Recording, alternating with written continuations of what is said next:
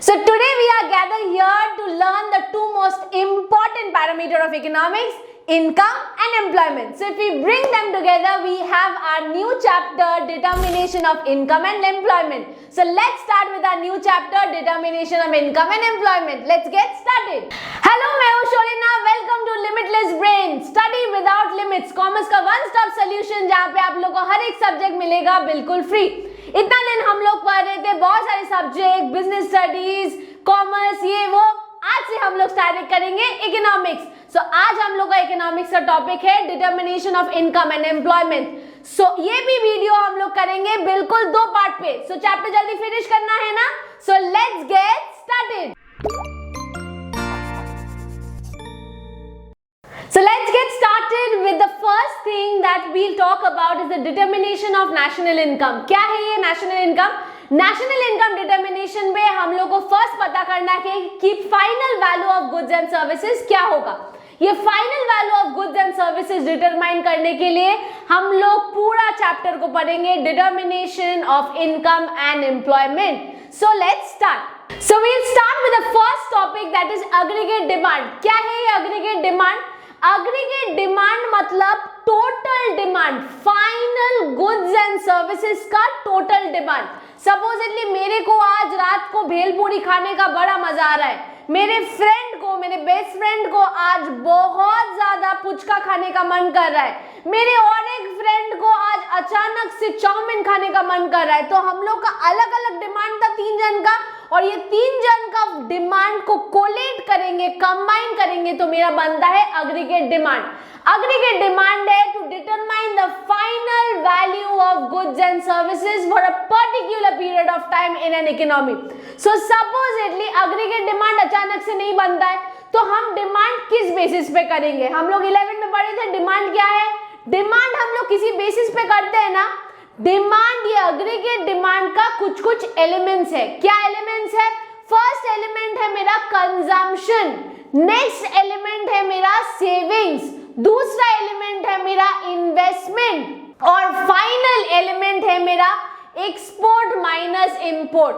ये मेरा चार एलिमेंट है जिसको हम लोग कोलेट करके मेरा बनता है अग्रीगेट डिमांड कर्व. तो ये अग्रीगेट डिमांड कर्व बनाने से पहले हम लोग जानेंगे ये जो मेन कंपोनेंट्स है इसका क्या काम है भाई.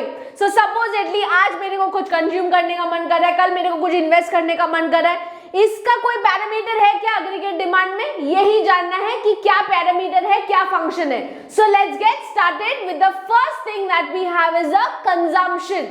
Number one element of aggregate demand curve is consumption. Number one in aggregate demand curve, the first element of aggregate demand curve is consumption. क्या है ये consumption?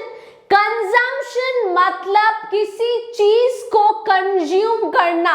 Like for example, मेरे को आज बड़ा पुचका खाने का मन कर रहा है. All of a sudden I am craving to have puchka. यहाँ पे जो भी पुचका खाने का मन कर रहा है, जिस भी स्टूडेंट का प्लीज कमेंट में मेंशन करना, मेरे साथ हाई फाइव. हाँ, सो सपोजिटली मेरे को पुचका खाने का मन कर रहा है तो वो मेरा कंजम्पशन हो गया. कल मेरे को मैगी खाने का मन करेगा तो वो भी मेरा कंजम्पशन हो गया. सो ये कंजम्पशन क्या चीज है. Consumption function is a determinant of income. So ये कंजम्पशन आसमान से तो नहीं आता है, तो ये किस बेसिस पे है, ये इनकम के बेसिस पे है. सो सपोजिटली आज मेरे को पुचका खाने का मन कर रहा है, ऐसे मेरे को दिन में कभी भी पुचका खाने का मन हो सकता है, उसका लेके कोई टेंशन नहीं है. But all of a sudden मेरे को आईफोन खरीदने का मन कर रहा है. अगर मेरे को आईफोन खरीदने का मन करेगा ऑल ऑफ अ सडन, वो किसके बेसिस पे होगा, वो मेरे इनकम के बेसिस पे होगा. सो इसीलिए बोलते हैं consumption is a function of income. C is equal to F of Y. अभी आप लोगों को लग रहा है ये मैम क्या क्या बोल रही है. C मतलब मेरा consumption is equal to F. F मतलब फंक्शन और Y मतलब इनकम. इनकम अगर मेरा बढ़ेगा, मेरा कंजम्पशन बढ़ेगा. यूजुअल केस में सपोजिटली मेरा पहले इनकम था 100 रुपए. जब मेरा इनकम था 100 रुपए तब हम बस 10 रुपए का 10 पुचका खाने जाते थे. सोचो 10 रुपए का 10 पुचका वाला बहुत अच्छा है शायद. सपोजिटली लेट्स टेक, हम तब 10 रुपए का पुचका खाने जाते थे. मेरा इनकम 200 रुपए हो गया, 100 से मेरा इनकम 200 रुपए हो गया, तब हम क्या करेंगे, तब हम 20 पुचका खाएंगे, राइट। सो पहले जब मेरा इनकम नॉर्मल था तब हम नॉर्मल फोन यूज करते थे, वीवो, एमआई, कुछ भी। अब मेरा इनकम बहुत हाई फाई हो गया तो तब हम लोग क्या फोन यूज करेंगे, आईफोन यूज करेंगे। सो अगर इनकम मेरा बढ़ रहा है, if y is increasing then my consumption will also increase. So consumption is dependent on y. So consumption is a function of y. We have two type of consumption. क्या क्या दो type of consumption है? पहला consumption है मेरा autonomous consumption. Autonomous consumption क्या है? जो कंजम्पशन को इनकम से बिल्कुल फर्क नहीं पड़ता है, इनकम बढ़े चाहे घटे, इनकम का कुछ भी हो जाए, वो कंजम्पशन को इनकम से कोई फर्क नहीं पड़ता है। Like for example today if I want to have puchka, it doesn't matter whether I just feel hungry, I might as well have some puchka because it's just 10 rupees, right? I can afford it and I can have it. So that's autonomous consumption. Suppose today I want to drink water, it doesn't matter whether my income increases or decreases, I will anyways drink water because it's there available in my place. So whatever consumption is basic in nature, those consumption are autonomous consumption. उसको बोलते हैं हम लोग C बार, C के ऊपर बार देते हैं तब उसको बोलते हैं ऑटोनॉमस कंजम्पशन, जो कंजम्पशन को इनकम से फर्क नहीं पड़ता है। ऑपोजिट है मेरा इंड्यूस कंजम्पशन, जो कंजम्पशन इनकम के ऊपर डिपेंडेंट है। मेरा आईफोन खरीदना किसके ऊपर डिपेंडेंट था, इनकम के ऊपर डिपेंडेंट था। So the consumption which is dependent on income is my induce consumption. So for example supposedly आज मेरे को आईटीसी में खाने का मन कर रहा है, तो कैसे आज ऑल ऑफ अ सडन मेरा अगर 10,000 रुपए इनकम है, मेरे को आईटीसी में जाके 7,000 रुपए तो खर्चा नहीं करना एक ही दिन में, राइट। सो मेरा अगर इनकम 50,000 रुपए हुआ तब हमको आईटीसी में खाने का मन करेगा। अगर मेरा इनकम 10,000 रुपए था तो मेरे को कहाँ फुटपाथ के सामने कहीं पे खाने का मन करेगा। दोनों जगह मेरे को बहुत अच्छा लगता है, बट इनकम बढ़ेगा तभी ना कंजम्पशन बढ़ रहा है, कहीं अच्छा हो रहा है। So any consumption which is dependent on income is induced consumption, जो हम लोग बोलते हैं C of Y। C मतलब सपोजिटली y अगर बढ़ेगा तो c बढ़ेगा, y घटेगा तो c घटेगा, उसको बोलते हैं C of Y, that is induced consumption। और C बार को हम लोग बोलते हैं autonomous consumption। So these are the two type of consumption that we have in this chapter. The next concept that we come to is propensity to consume। क्या है ये propensity to consume? So supposedly मेरा consumption में changes हो रहा है, किस basis पे मेरा consumption में changes हो रहा है, मेरा इनकम चेंज हो रहा है इसीलिए मेरा कंजम्पशन पे चेंज हो रहा है। तो इसी टेबल को हम लोग बोलते हैं propensity to consume. This is a schedule which talks about at different level of income how my consumption changes. अगर मेरा 100 रुपए था मंथली इनकम तो मेरा कंजम्पशन कैसे था, अगर मेरा मंथली इनकम 200 रुपए हुआ तो मेरा कंजम्पशन कैसे था, अगर मेरा मंथली इनकम 300 रुपए हुआ तो मेरा कंजम्पशन कैसे था। 100 रुपए जब था 10 फुचका खा रहे थे, जब 200 रुपए था 20 फुचका खा रहे थे, 300 रुपए हुआ तो 30 फुचका खाएंगे। तो this schedule is talking about, this particular schedule talks about my propensity to consume. यहाँ का दो टाइप का प्रोपेंसिटी टू कंज्यूम होता है मेरा, एक है एवरेज प्रोपेंसिटी टू कंज्यूम और एक है marginal propensity to consume, APC. नंबर 1 is APC, average propensity to consume. क्या है ये average propensity to consume? Average propensity to consume is the ratio between the consumption and the income. Consumption and income का ratio हम लोग बताते हैं average propensity to consume. Supposedly मेरा income जब 100 रुपए था, ओके, तब मेरा 10 पुचका खा रहे थे, 10/100 वो है मेरा एपीसी। जब मेरा इनकम 200 रुपीज हुआ तब 20 पुचका खा रहे थे, तो 20/200 is APC, average propensity to consume. अब ये एवरेज प्रोपेंसिटी टू कंज्यूम का कुछ कैरेक्टरिस्टिक्स है। So for example if I am talking about the average propensity to consume, first we need to quickly take a remember of consumption.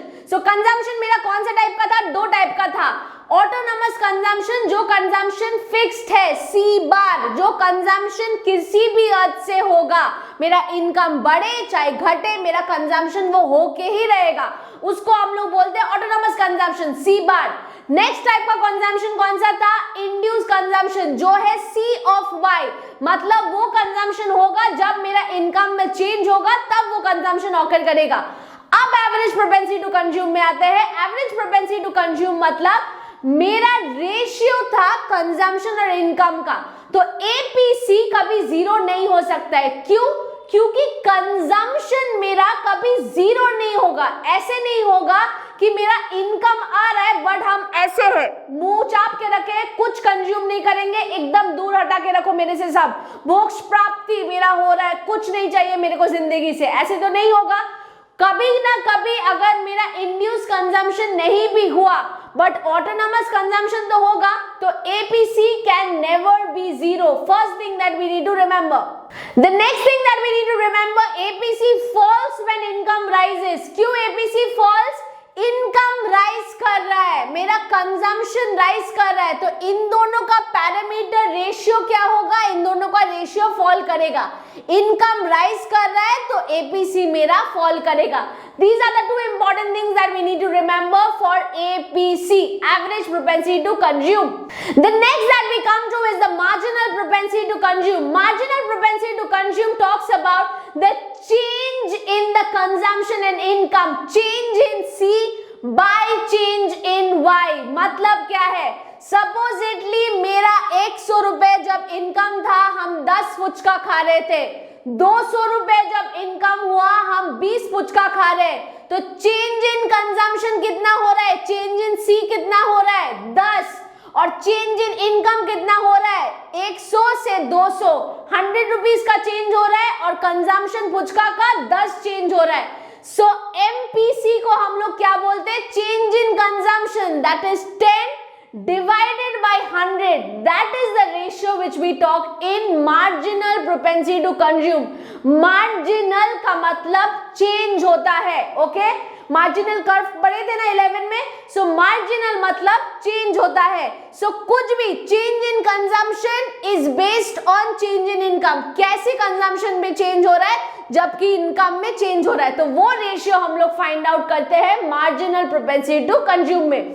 Supposedly ये फुचका बहुत खा लिए, आज मेरे को भेलपूरी खाने का मन कर रहा है, सो मेरा जब इनकम 100 रुपए होगा तब खाली फुचका ही खा सकते हैं, बट जब मेरा इनकम 200 रुपए होगा तब 10 रुपए का फुचका भी खा सकते हैं, 10 रुपए का भेलपूरी भी खा सकते हैं, 20 रुपए का घुगनी भी खा सकते हैं, सब कुछ खा सकते हैं। So that is what we talk about marginal propensity to consume. Whatever is your change in income leading to your change in consumption, that ratio is MPC.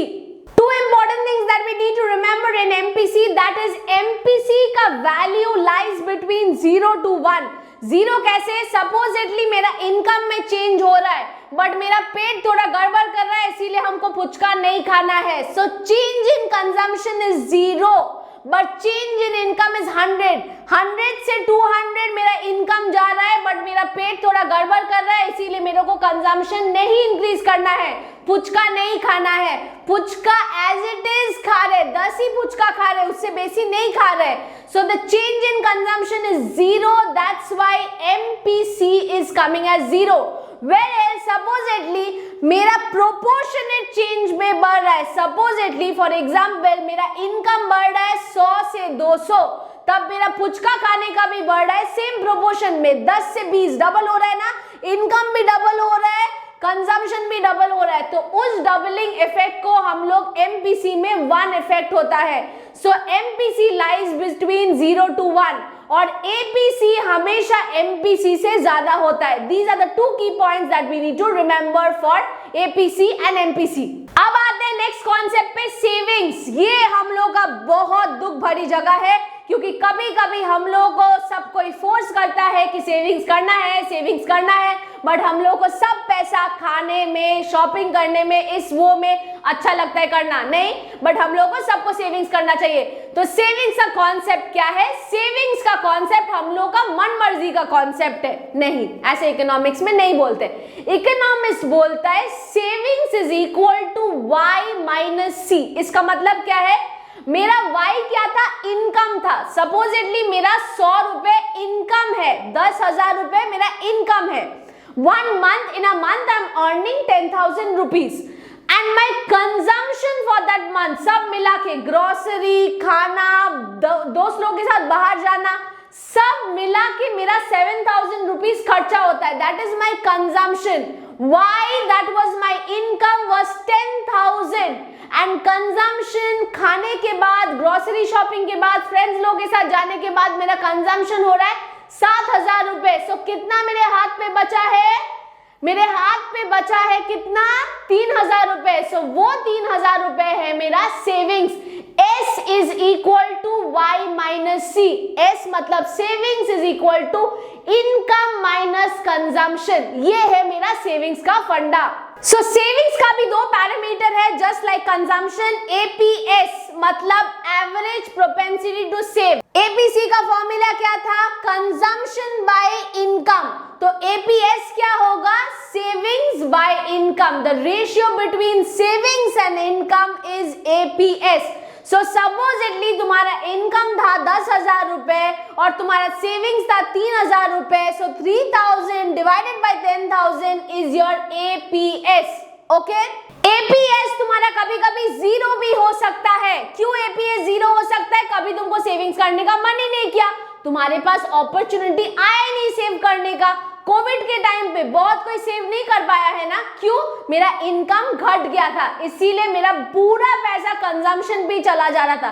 तो अगर हम लोग सेविंग्स नहीं करेंगे तो मेरा APS जीरो हो सकता है। अगर मेरा सेविंग जीरो है ऊपर में, divided by 0 divided by 10,000 is 0. So APS can be 0 at a certain point of time. But APS cannot be more than 1. क्यों more than 1 नहीं हो सकता APS? क्योंकि मेरा इनकम से ज्यादा मेरा सेविंग्स तो नहीं होगा। सपोजिटली मेरा इनकम हो रहा है 10,000 रुपए, हम 15,000 का सेविंग्स कर सकते हैं क्या? नहीं कर सकते ना, ये लोग तो बुद्धू वाला ही कर सकते हैं। So APS can be 0 but APS cannot be more than 1. This is the funda for APS we need to remember. Average propensity to save. Next है मेरा marginal propensity to save. Marginal propensity to save मतलब change in savings by change in income. क्या था marginal propensity to consume में? Change in consumption by change in income था ना। तो यहाँ पे कंजम्पशन के बदले हम लोग सेविंग्स डाल देंगे। मार्जिनल प्रोपेंसिटी टू सेव मतलब मेरा सेविंग्स में कितना चेंज होगा जबकि मेरा इनकम में चेंज हो रहा है। सो फॉर एग्जाम्पल, सपोजिटली मेरा इनकम 10,000 रुपए था, तब हम लोग 7,000 का कंजम्पशन करते थे, मेरा सेविंग्स होता था 3,000 रुपए, राइट? उसके बाद नेक्स्ट सिचुएशन इमेजिन करते हैं, जब मेरा सैलरी डबल हो गया, जब मेरा सैलरी 20,000 रुपए हो गया, तब हम 14,000 रुपए, सपोजिटली हम लोग तब 10,000 रुपए का कंजम्पशन कर रहे हैं। 10,000 रुपए का कंजम्पशन कर रहे हैं, पहले 7,000 का करते थे, अभी 10,000 रुपए का कंजम्पशन कर रहे हैं। तो मेरा सेविंग्स क्या होगा तब? 20,000, that is my income minus consumption 10,000 is equal to my 10,000। So savings, change in savings कितना हो गया मेरा? चेंज इन सेविंग्स पहले बाद में, पहले सेविंग्स कितना हो गया मेरा? सेविंग्स हो गया मेरा 10,000। 20,000 माइनस कंजम्पशन 10,000 इज 10,000। अब मेरा पहले सेविंग्स क्या था? 3,000 रुपए, अभी मेरा सेविंग्स क्या है? 10,000 रुपए। So change in savings, change in savings मेरा क्या हो रहा है? 7,000 रुपीज। वेयर एल्स मेरा चेंज इन इनकम क्या हो रहा है? 10,000 से 20,000 हो रहा है। सो चेंज इन इनकम मेरा हो रहा है 10,000. So 7,000 divided by 10,000 is your marginal propensity to save. Your marginal propensity to save के लिए दो चीज that we need to remember. Your MPS can be equal to 1, जबकि तुम्हारा सेविंग्स और इनकम सेम प्रोपोर्शन पे बढ़ेगा। जस्ट लाइक प्रीवियसली सेविंग्स और इनकम सेम प्रोपोर्शन पे बढ़ रहा है, तुम्हारा मार्जिनल प्रोपेंसिटी टू सेव 1 होगा। मार्जिनल प्रोपेंसिटी टू सेव 0 भी हो सकता है, जबकि तुमको सेविंग्स करने का मन नहीं किया, तुमको स्प्लैश आउट करने का मन किया, तुमको आईफोन खरीदने का मन किया, तुमको BMW खरीदने का मन किया, तुमको सेविंग्स करने का मन नहीं किया। अगर तुमको सेविंग्स करने का मन नहीं कर रहा है, तब तुम्हारा MPS 0 हो सकता है, बिकॉज सेविंग्स लड्डू होगा ऊपर पे, तो चेंज इन सेविंग्स भी लड्डू होगा ऊपर पे, तो तुम्हारा मार्जिनल प्रोपेंसिटी टू सेव भी 0 हो गया। These are the two key terms that we need to remember for MPS and APS. Okay, so there is some kind of relationship between MPC and MPS. क्या है ये relationship MPC और MPS का? Supposedly मेरे को पता है Y is equal to consumption plus savings, ये हम लोग को पता है। Income is equal to consumption plus savings, either consume करेंगे इनकम का एक पार्ट वरना सेव करेंगे, कंजम्पशन या सेविंग्स, और तो दूसरा कुछ नहीं कर सकते ना, खा तो नहीं सकते अपने पैसे को, तो कंज्यूम करेंगे या तो फिर सेव करेंगे। तो now when y was equal to consumption plus savings, the second part that comes change in y, तो अगर मेरा y में चेंज हो रहा है तो मेरा कंजम्पशन में भी चेंज होगा। So change in y is equal to change in consumption plus change in savings. अगर इनकम चेंज होगा, कंजम्पशन भी चेंज होगा, सेविंग्स भी चेंज होगा। फॉर एग्जाम्पल, अगर हम लोग का इनकम 10,000 था तो हम 1 रूम फ्लैट में रहते थे, राइट, एक वरांडा वाले फ्लैट में रहते थे। अब मेरा इनकम बढ़ रहा है, मेरा इनकम 20,000 हो गया, 25,000 हो गया, तब हम सोच सकते 2 रूम फ्लैट में रहने का। So that is how my consumption change and that is how my savings change. Now when change in y is equal to change in C plus change in S, the next thing that we come, we'll divide it with change in y. Change in y divided by change in y is equal to change in C by change in y. Change in C by change in y का formula क्या था? MPC, तो उसके बदले MPC लिखेंगे, plus change in S by changing y, ये क्या था मेरा? MPS। तो 1 is equal to change in y, changing y cut जाएगा, 1 हो जाएगा। 1 is equal to marginal propensity to save plus marginal propensity to consume. So ये MPC plus MPS is equal to 1. This is the relation between MPC and MPS. अब investment का concept पढ़ने से पहले एक एग्जाम्पल ले लेते हैं। सपोजिटली रामू को अपना स्टॉक ₹100 का स्टॉक रखना है, ठीक है। रामू ने कुछ सपोजिटली रामू बेचता है एवरी डे, आलू बेचता है रामू, तो रामू को अपना स्टॉक ₹100 का रखना है। सपोजिटली सब कोई आलू खाने लग गया, फ्रेंच फ्राइज खाने लग गया, कोई चिली आलू खाने लग गया, कुछ भी सब कोई आलू खाने लग गया। So demand for the potato goes higher. So now Ramu is in a dilemma. वो सोचा था 100 रुपीज का स्टॉक रखेगा, बट अभी उसको स्टॉक नहीं रख सकता है, तो ₹30 का डिमांड क्रिएट हुआ, सब कोई मांग रहा है आलू, तो रामू को आलू देना ही पड़ेगा। तो when Ramu is giving away the aloo worth ₹30, so what is the remaining thing that is remaining? What is the remaining stock that is there in Ramu's hand? Ramu is having worth ₹70 का investment और ₹70 का stock. सो मेरा planned investment क्या था? मेरा planned investment था ₹70। मेरा planned investment क्या था? मेरा प्लान्ड इन्वेस्टमेंट था ₹100, बट मेरा एक्चुअल इन्वेस्टमेंट कितना हो रहा है? ₹70, बिकॉज ₹30 तो सबको ले लिया, सबको जो डिमांड कर लिया। So here we come with the concept of ex ante and ex post. ex ante मतलब जो हम लोग सोच के रखे थे, ₹100 हम लोग अपना इन्वेस्ट करेंगे, हम लोग ₹100 का स्टॉक अपने हाथ पे रखेंगे। This is my ex ante investment. ex post investment क्या है? जो मेरा एक्चुअल इन्वेस्टमेंट हो रहा है, ₹70 का स्टॉक रख पा रहे अपने हाथ पे, this is called ex post investment. So investment talks about any kind of stock, any kind of furniture, investment talks about any kind of thing that will give you some future benefit, anything that gives you some future productive purpose. It can be stocking up of goods, it can be any XYZ thing. So supposedly अभी तक हम लोग क्या पढ़े थे कि income अगर मेरे हाथ पे आएगा, आइदर खा लेंगे, कंज्यूम कर लेंगे, वरना हम लोग सेविंग्स में डाल देंगे, बैंक में जाके चुपचाप पैसा डाल देंगे। अभी और एक मेरा बंदा आ गया जो है इन्वेस्टर आ गया, इन्वेस्टर बोल रहा है पैसा दो, सो ये इन्वेस्टर जो बोल रहा है पैसा दो, वो हो गया। और एक parameter investment in something that we are going to get some future benefit of. So अभी तक हम लोग क्या पढ़े हैं? 3 parameter, y is equal to consumption plus savings plus investment. So these are the 3 things that have added to our aggregate demand curve. When there is a closed economy, कुछ भी export import नहीं हो रहा है economy में, हम लोग के इकोनॉमी में बिल्कुल कोई एक्सपोर्ट इंपोर्ट नहीं हो रहा है, y is equal to c plus i plus s. This is how my aggregate demand curve is forming. जहां से वीडियो स्टार्ट किए थे वहीं पे वीडियो खत्म कर दे। With that, we have come to the end of the video where we have talked about the aggregate demand curve, the consumption, the saving and the investment concept.